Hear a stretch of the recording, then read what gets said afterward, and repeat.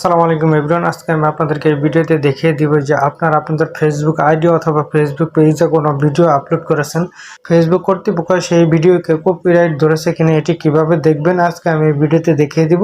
চলুন তাহলে কথা না বলে ভিডিওটি শুরু করি।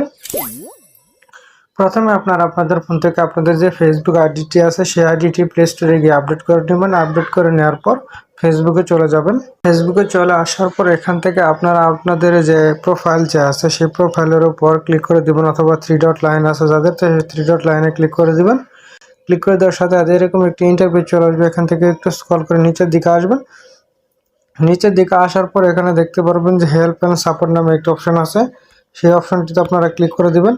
ক্লিক করে দেওয়ার পর এখানে থেকে দেখতে পারবেন যে সাপোর্ট ইন বক্স নামে একটা অপশন আছে, সেই অপশনটিতে ক্লিক করে দিবেন।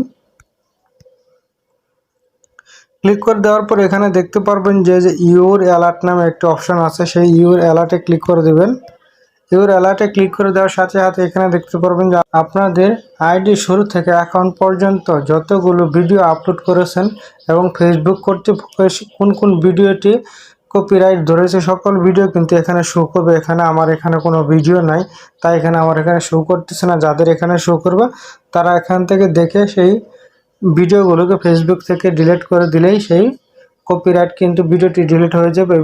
এভাবে কিন্তু আপনারা দেখতে পারবেন।